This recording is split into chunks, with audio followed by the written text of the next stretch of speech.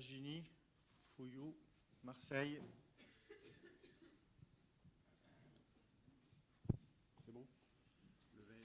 Par contre, on n'a pas de... Non, ça va. Non, non, bon, bonjour, mais, merci de m'avoir donné l'opportunité de présenter ce cas que je présente. Donc moi, je suis un chirurgien à Marseille. Et voilà, on travaille en très étroite collaboration avec nos réanimateurs qui sont en grande partie ici. Et on va vous présenter un cas qui est finalement assez classique dans l'ECMO pédiatrique et un cas de défaillance circulatoire. Donc, attendez, je me tourne un peu parce que je ne le connais pas par cœur. Donc, Ryan, il a 23 mois, il a presque 13 kilos, c'est un enfant qui n'a pas d'antécédents particuliers en dehors d'une consanguinité de ses deux parents, qu'il est né à terme. Et depuis 15 jours, il a une rhinorrhée. Une première consultation chez le médecin traitant diagnostique une crise d'asthme. Bon, il rentre à la maison. 48 heures après, les patients consultent à Manosque, où on trouve quand même une cardiomégalie à la radio. Et là, on suspecte plutôt une bronchiolite. Donc on reste encore dans la sphère respiratoire. Et il sort avec une ordonnance d'antibiotiques et de corticothérapie. Une semaine après, la détresse respiratoire se majore. Et là, l'examen retrouve, en plus de la cardiomégalie, une hépatomégalie, des signes de défaillance circulatoire qui commencent à apparaître. Et il est vu par un échographiste adulte qui retrouve une hypokinésie avec une cardiomyopathie dilatée à l'échographie, une IM, unité et associée à une HTAP.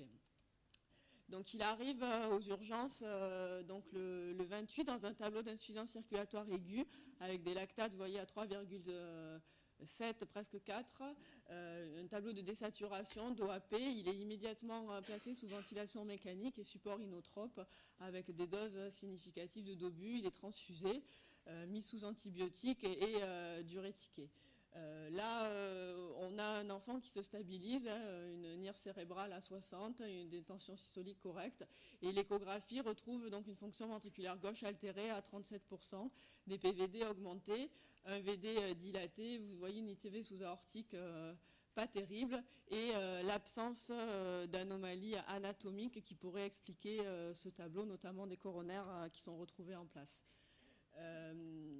Globalement, on va être obligé de monter la DOBU jusqu'à 20 gamma, de majorer le traitement diurétique. À ce moment-là, il est choisi de ne pas donner de traitement par immunoglobuline devant l'incertitude du diagnostic. Et il va s'améliorer progressivement. Il pourra être extubé à J7 avec un relais VNI et le support inotrope par dobutamine sera arrêté. Le bilan infectieux retrouve une pneumopathie à Haemophilus influenzae, une PCR EBV à 22 500 copies, mais qui ne sera pas retenue comme significative, et un bocavirus positif. Il va pouvoir sortir du service de réanimation à J17 sous traitement IEC et furosémide. À J18, survient dans le service une erreur médicamenteuse avec un surdosage en furosémide qui va être à l'origine, je vous passe un peu sur les détails, mais évidemment d'une déshydratation majeure, une insuffisance rénale aiguë. Il va ensuite majorer ses signes d'insuffisance cardiaque, il va retourner en réanimation où il devra être replacé sous dobutamine, retransfusé et à ce moment-là un traitement par héparine devant la dysfonction du ventricule gauche qui se majeure sera débuté.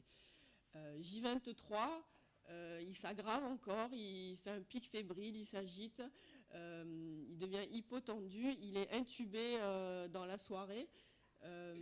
Et là, on va être un petit peu dans l'escalade du support inotrope jusqu'à ce qu'à 1h du matin, j'ai l'appel du réanimateur sur place qui m'appelle pour venir mettre cet enfant sous ECMO qui, je le répète, a été intubé assez peu de temps avant et surtout avant que je sois appelée.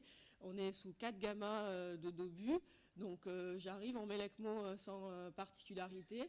Et on a un gaz du sang post-ECMO qui est globalement satisfaisant avec des lactates inférieurs à 2. Donc vous voyez cette échographie juste avant l'ECMO avec une... ça tourne pas. Bon. Enfin, vous avez vu une dysfonction du ventricule gauche majeur, un septum hypokinétique, une insuffisance mitrale et une oreillette gauche très dilatée. La radio post-ECMO est faite immédiatement après avec des canules qui sont en place. Et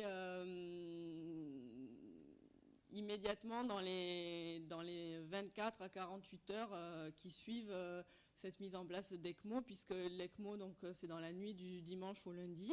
Là, on est le mardi matin et on retrouve quand même une surcharge pulmonaire tout à fait majorée avec très clairement une radio d'OAP qui fait immédiatement poser l'indication d'atrioseptectomie.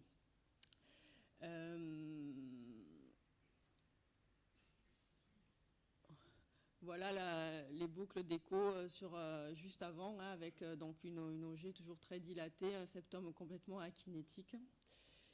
Et la trioseptectomie qui permet de décharger totalement cette oreillette gauche.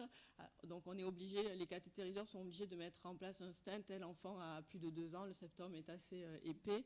Et on voit bien sur la radio le positionnement du stent et surtout l'amélioration très significative des plages pulmonaires. Ensuite, on continue sous ECMO. Le patient évolue assez favorablement. Il est dialysé, mais globalement, on n'a aucun signe neurologique, aucune contre-indication à la mise en place d'un Berlin Heart qui se fait donc à J31. Une grosse semaine après le début de l'ECMO. On lui met une assistance mono-gauche. Ça se passe bien. Alors à Marseille, on a une politique où on essaye vraiment de partir sur des assistances mono-gauche plutôt que biventriculaires. Donc c'est au prix d'un management de la dysfonction VD assez significative et tout à fait fondamentale pendant la CEC, surtout pendant la pause de la CEC. En tout cas, tout se passe bien. C'est une radio quelques jours après le Berlin Heart, avec là aussi les canules, le cathéter de dialyse. Et c'est un enfant qui est très immunisé, malgré finalement une transfusion assez limitée, parce que cet enfant a globalement peu saigné. C'est un enfant qui s'est immédiatement hyper immunisé, qui a des RAI positives et qu'on est obligé là de traiter avec des séances d'immunoabsorption pour pouvoir favoriser un peu son accessibilité au greffon. Depuis, il évolue plutôt correctement. Il attend tranquillement et sagement son greffon. Pour conclure, je vous ai mis un petit diagramme qui montre un petit peu l'évolution de ces BNP pendant son séjour. Et on trouvait ça assez intéressant. Je pense que ça se passe de commentaires. Je me suis limitée à 5000 parce que nos labos nous mettent supérieur à 5000 quand c'est au-delà. Mais on voit quand même très significativement que c'est parfaitement corrélé à la situation clinique et l'amélioration notamment immédiate après la trioseptectomie. Voilà, je vous remercie.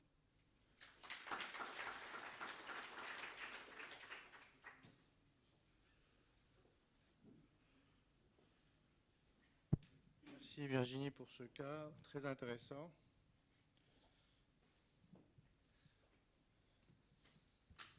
L'étiologie, du coup. Alors la biopsie myocardique après la mise en place du Berlin Heart confirme une attente inflammatoire et donc on s'oriente plus vers une étiologie de myocardite, bien que actuellement il n'y a toujours aucun signe de récupération sur ce myocarde. Et c'est ce qui vous a motivé de mettre le Berlin assez rapidement, 4 jours après l'ECMO, de dire qu'il On est un peu plus que 4 jours, il me semblait. 27. Ah oui. Dans le diagramme du BNP, là, j'ai l'impression que c'était... Attends. Hop. J31 et l'ECMO, c'est J23. Donc c'est une grosse semaine. Alors l'histoire de cet enfant évoluait, donc J31, on est déjà à 1 mois, on a une évolution chronique finalement de cette cardiomyopathie et c'est vrai qu'on n'a pas tardé parce qu'on a considéré que de toute façon une semaine d'ECMO c'était déjà beaucoup et même chez lui il me semble qu'il y a eu des petits éléments logistiques qui ont fait repousser un petit peu, mais on aurait pu mettre le Berlinart quelques jours plus tôt même, dans ces circonstances. Merci beaucoup Virginie. Une petite question avant d'enchaîner rapidement sur le deuxième cas clinique pour ne pas prendre de retard sur la matinée qui est longue. Oui, Lionel, vas-y. Prends un micro, Lionel.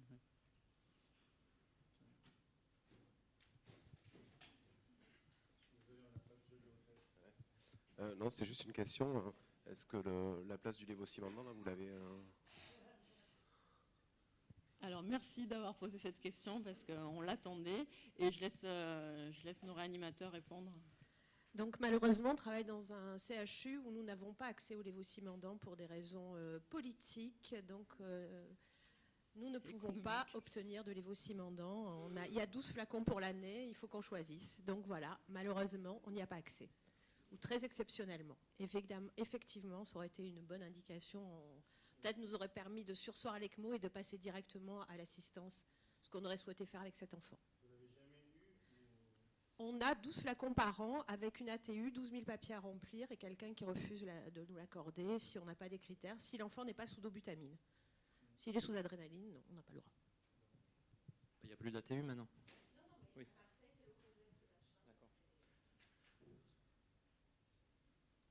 D'autres questions? J'avais une question. Pourquoi on n'avait pas pris le parti de décharger immédiatement vu la défaillance gauche et d'attendre la défaillance respiratoire avec des morbidités qui va être...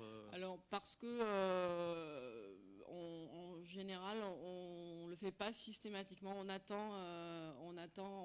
a des cathétériseurs qui sont quand même assez réactifs pour le faire et on préfère attendre une indication formelle parce que c'est pas dénué de risques et c'est vrai que jusqu'à présent on attend, mais en préparant le cas avec Stéphane, on se disait qu'effectivement, on va avoir tendance, je pense, à les devancer probablement dans le futur. La question se pose vraiment, parce que là, oui. Vu la défaillance gauche, est-ce que c'est pertinent d'attendre l'OAP pour le faire? Parce qu'on sait qu'on y va tout droit.